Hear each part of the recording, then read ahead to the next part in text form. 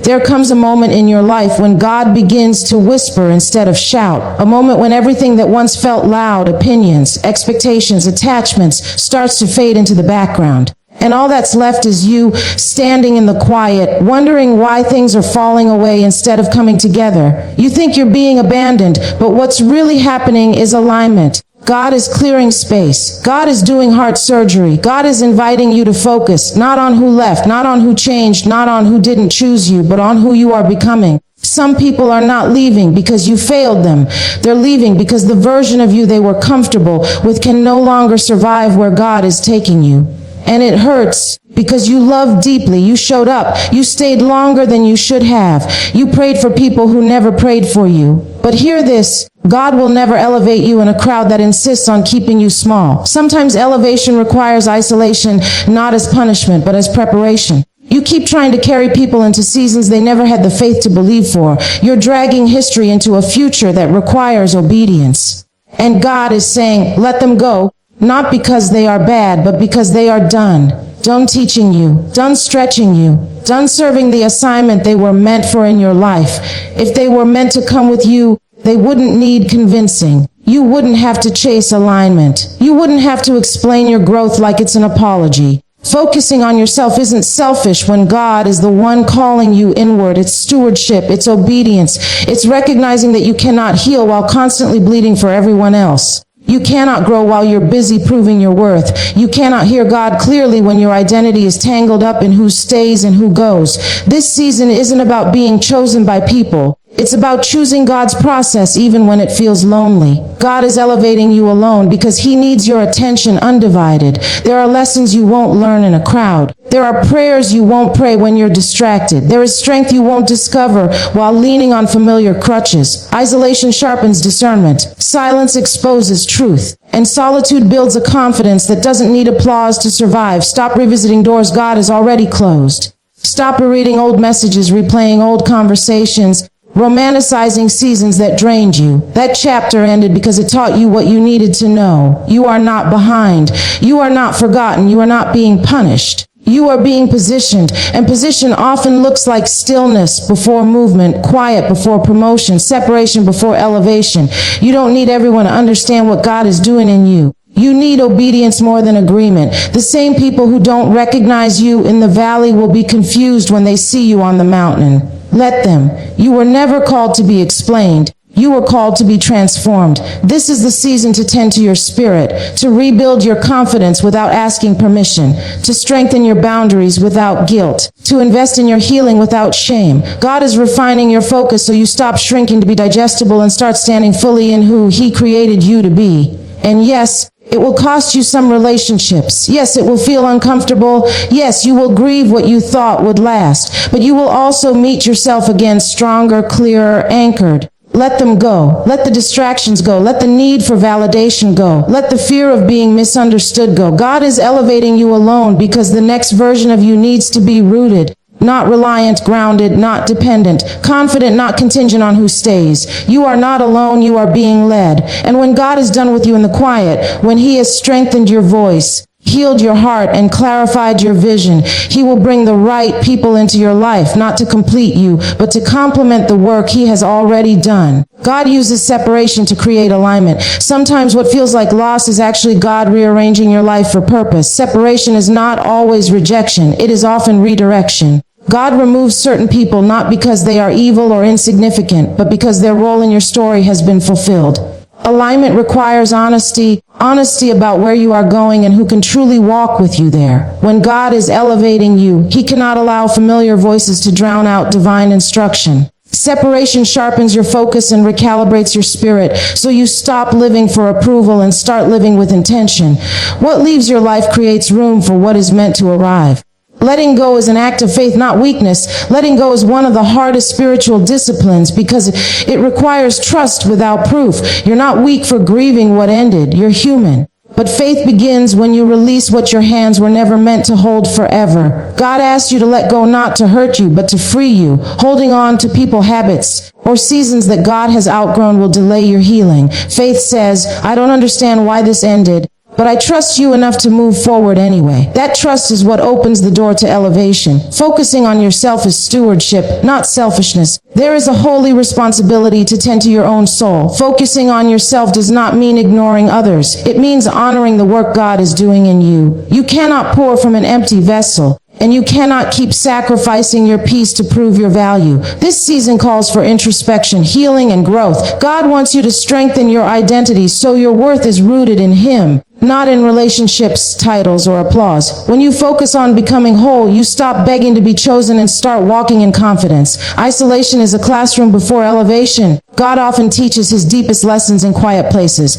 Isolation is uncomfortable, but it is also intentional. In isolation, distractions fade and truth becomes louder. This is where God rebuilds your discernment, sharpens your vision, and deepens your dependence on Him alone. You learn who you are without constant affirmation and who God is when no one else is around. Elevation without preparation leads to collapse, so God uses isolation as a training ground. What feels like loneliness is actually leadership development. Obedience matters more than being understood. Not everyone will understand your growth, your boundaries, or your obedience. And that's okay. You were never called to explain your evolution to people who benefited from your stagnation. Obedience often looks strange before it looks successful. God may ask you to walk alone, make unpopular decisions, or step away from what feels comfortable. Choosing obedience over approval strengthens your faith and protects your destiny. When God elevates you, clarity will speak louder than explanations ever could. Elevation requires rooted confidence, not dependence. God is building a version of you that is anchored, not anxious. Elevation demands confidence that doesn't crumble when people leave or opinions change.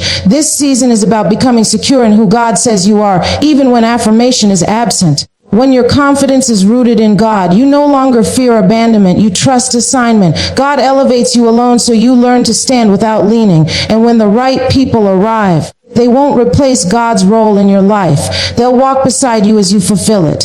Sometimes the most confusing seasons of life are the ones where everything looks like it's falling apart, but spiritually things are finally falling into place. When God begins to elevate you, He often starts by separating you, not because you are being punished, but because alignment requires precision. You cannot move forward carrying what no longer fits the calling on your life. Separation is God's way of protecting what He is growing in you. What feels like loss is often divine pruning, and pruning always looks painful before it produces fruit. There are people who were perfectly assigned to the old version of you. They knew how to love you when you were insecure, how to relate to you when you were settling, how to benefit from you when you didn't know your worth. But as God begins to mature you, those relationships start to strain. Conversations feel heavy. Connections feel forced. It's not because you became difficult. It's because you became different. Alignment changes your appetite. And suddenly what once fed you no longer satisfies you. God understands that some voices, even loving ones, can become distractions. Familiar opinions can drown out divine instruction. When you're surrounded by people who only recognize who you used to be, it becomes harder to hear who God is calling you to become. So God creates distance, not to isolate you from love, but to isolate you from limitation. Separation clears the noise so you can hear God clearly without interference, guilt, or pressure to stay the same. This kind of separation hurts because it often involves people you prayed with, grew with, dreamed with. You didn't imagine the journey without them. But God never removes without reason. He sees the weight you are carrying that you've normalized. He sees the emotional labor, the compromise, the shrinking. Alignment requires honesty. Honesty about where God is taking you and who has the capacity to go there with you. Some people love you, but they cannot lead you. Some people support you, but they cannot sustain the future God has planned. When God separates, He is not rejecting anyone. He is rearranging everything. He is making sure that when doors open, you are light enough to walk through them. Elevation demands space. New levels require new structure. And God will not pour new wine into old wineskins because He refuses to let you break under blessings you weren't prepared to carry. If you resist separation, you delay alignment. If you keep trying to drag people into seasons they were never assigned to, you'll miss the peace that comes with obedience. Trust that what God removes is intentional. What remains will be strengthened, and what's ahead will be aligned. Separation is not the end of connection, it is the beginning of clarity. Letting go is one of the most misunderstood acts of faith. We often think faith means holding on to people, to promises, to prayers we've been praying for years. But sometimes faith is not about gripping tighter, it's about releasing with trust. Letting go is not weakness, and it is not defeat. It is the quiet confidence that says, God, I trust you more than I trust my understanding. And that kind of faith requires more strength than staying in what is familiar. We cling to what's comfortable because it feels safer than the unknown. Even when something is hurting us, we learn how to survive inside the pain. We adjust, we minimize. We convince ourselves that if we just try harder, love deeper, sacrifice more, things will change. But God never asked you to exhaust yourself trying to fix what He's already asking you to release. There comes a moment when holding on becomes disobedience and letting go becomes the truest expression of faith. Letting go means accepting that some seasons end without explanation. Some people leave without closure. Some prayers are answered with silence instead of clarity, and that silence can feel unbearable. But faith doesn't always get answers. It gets assurance. Assurance that God sees what you cannot see. Assurance that He knows what you're not ready to know yet. Assurance that nothing released in obedience is ever truly lost. You are not failing because something ended. You are not weak because you're grieving. Grief is the cost of loving deeply. But staying stuck in grief will keep you tied to a season God has already completed. Letting go allows healing to begin. It allows your heart to breathe again. It creates space for God to restore what was depleted while you were trying to keep everything together. Faith says, even if this doesn't make sense, I believe God is still good. It says, I don't need to understand the ending to trust the author. When you let go, you're not saying the relationship, the dream, or the season didn't matter. You're saying it mattered enough to release it back to God instead of turning it into an idol. Anything you fear losing more than you trust God with has the power to control you.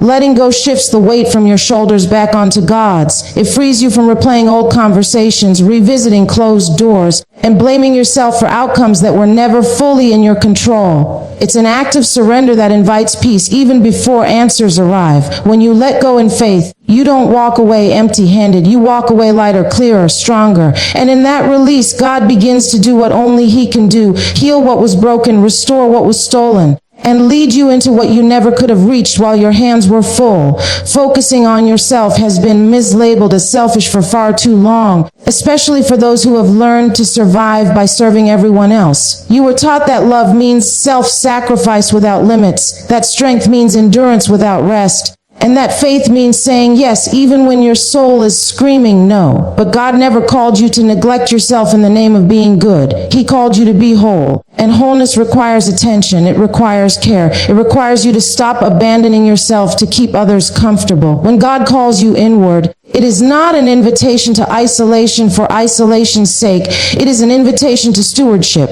You are responsible for the condition of your heart, your mind, and your spirit. If you ignore your own needs, wounds, and boundaries, you will bleed on people who never cut you. Focusing on yourself in this season means allowing God to heal what you've been hiding behind business and people pleasing. It means asking hard questions about why you overgive, why you avoid rest, and why you tie your value to how needed you are. You cannot build a strong life on a fractured identity. When your worth depends on approval, rejection becomes devastating. When your confidence depends on applause, silence feels like failure. God wants to re-anchor you so your identity is rooted in Him, not in roles, relationships, or results. That kind of grounding only happens when you slow down long enough to listen to His voice and to your own truth. Focusing on yourself also means learning to set boundaries without guilt. Boundaries are not walls to keep people out. They are guardrails that protect what God is developing in you. Saying no does not make you unloving. Taking a step back does not make you disobedient. Resting does not make you lazy. Sometimes the most spiritual thing you can do is stop pouring from an empty cup and allow yourself to be filled again. This season of self-focus is about rebuilding from the inside out. It's about confronting patterns that kept you stuck, forgiving yourself for what you didn't know then, and giving yourself permission to grow without apology. Growth may disappoint people who benefited from your exhaustion, but obedience will always outlast their opinions. When you focus on becoming healthy, you stop chasing validation and start walking in confidence. You stop begging to be chosen and start choosing alignment. You learn to show up whole instead of overextending. And from that place of wholeness, your love becomes cleaner, your service becomes joyful, and your faith becomes unshakable. Focusing on yourself is not a detour from God's plan. It is the foundation of it. Isolation is one of the most uncomfortable tools God uses, yet it is one of the most necessary. We tend to associate isolation with abandonment, with something going wrong, with being overlooked or left behind. But spiritual isolation is not the absence of love, it is the presence of intention. God removes noise so he can speak clearly. He removes crowds so he can build character. And he removes distractions so he can prepare you for what's ahead without interference. When you are surrounded by people, it's easy to borrow confidence, direction, and identity from the environment. You can hide behind activity, advice, and affirmation. But isolation strips all of that away. It forces you to confront who you are when no one is clapping, affirming, or correcting you. In that quiet, God reveals truth, not just about himself, but about you. Your fears rise, your wounds surface, your motives become clear. And as uncomfortable as that is, it is also where healing begins. Isolation teaches discernment. Without constant opinions pulling you in different directions, you learn to recognize God's voice without second guessing it. You stop asking everyone what they think and start asking God what he said. That clarity is essential because elevation requires confident obedience. You cannot lead, influence, or steward more if you are still unsure of whose voice you're following. This season can feel lonely because God is weaning you off emotional dependence. He is teaching you how to stand without leaning, not because people are bad, but because they cannot replace his role in your life. When support systems change, it exposes where your trust has been misplaced. Isolation redirects that trust back to God where it was always meant to be. God also uses isolation to refine your character. In quiet seasons, pride has nowhere to hide and insecurity has nowhere to perform. You learn patience when there is no audience. You learn discipline when no one is watching. You learn humility when progress feels slow and unseen. These are the qualities that sustain elevation long after excitement fades. What feels like delay is actually development. What feels like loneliness is leadership training. God is strengthening your internal life so your external success doesn't destroy you. Elevation without preparation creates pressure you're not equipped to handle. So God prepares you privately before he promotes you publicly. Isolation is not permanent, but it is purposeful. It is a classroom, not a cage. And everything God is teaching you there will make sense when you step into the next season with clarity, confidence, and spiritual authority that could only be built in the quiet.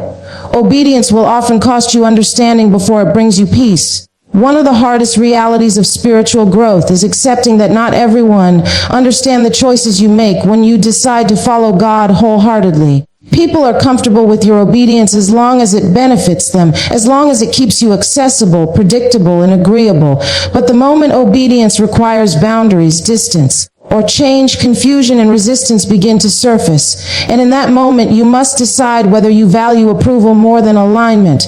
You were never called to be fully understood by everyone. You were called to be faithful. When you start obeying God instead of people, your life may begin to look unfamiliar even to those who know you well. They may question your decisions, misunderstand your silence, or interpret your boundaries as rejection. But obedience often looks strange before it looks successful. What God is building in you cannot always be explained in real time. It must be revealed over time. Trying to be understood can quietly become a trap. You over-explain, you defend, you revisit decisions God already confirmed just to make others comfortable. And every time you do that, you dilute your obedience. You begin to negotiate what God made clear. But clarity does not need consensus. God's instruction does not require a committee. The peace that comes from obedience is far more sustaining than the approval that comes from explanation. Obedience also requires courage because it may isolate you temporarily. When you stop moving with the crowd, you will feel the weight of standing alone. But standing alone with God is never truly alone. In fact, that is often where your faith becomes personal instead of inherited, practiced instead of performed. You stop obeying because it looks good and start obeying because it's right. There will be moments when you wish you could make people see your heart, your intentions, your struggle. But not everyone is assigned to understand your process. Some are only meant to witness the outcome, and that is enough. God knows the cost of your obedience, the tears behind your decisions, and the faith it took to walk away from what was familiar. When you choose obedience over understanding, you protect your future. You allow God to do a deep work without constant interruption. And in time, your life will speak for itself. Fruit will grow where confusion once existed. Peace will settle where approval once ruled. And you will realize that being understood was never the goal. Being aligned was. Elevation exposes whatever you are rooted in. If your confidence is built on people's presence, then every departure will feel like a collapse. If your worth is tied to validation, then silence will feel like rejection. That is why God is intentional about building your confidence before He expands your platform. He is not trying to make you independent of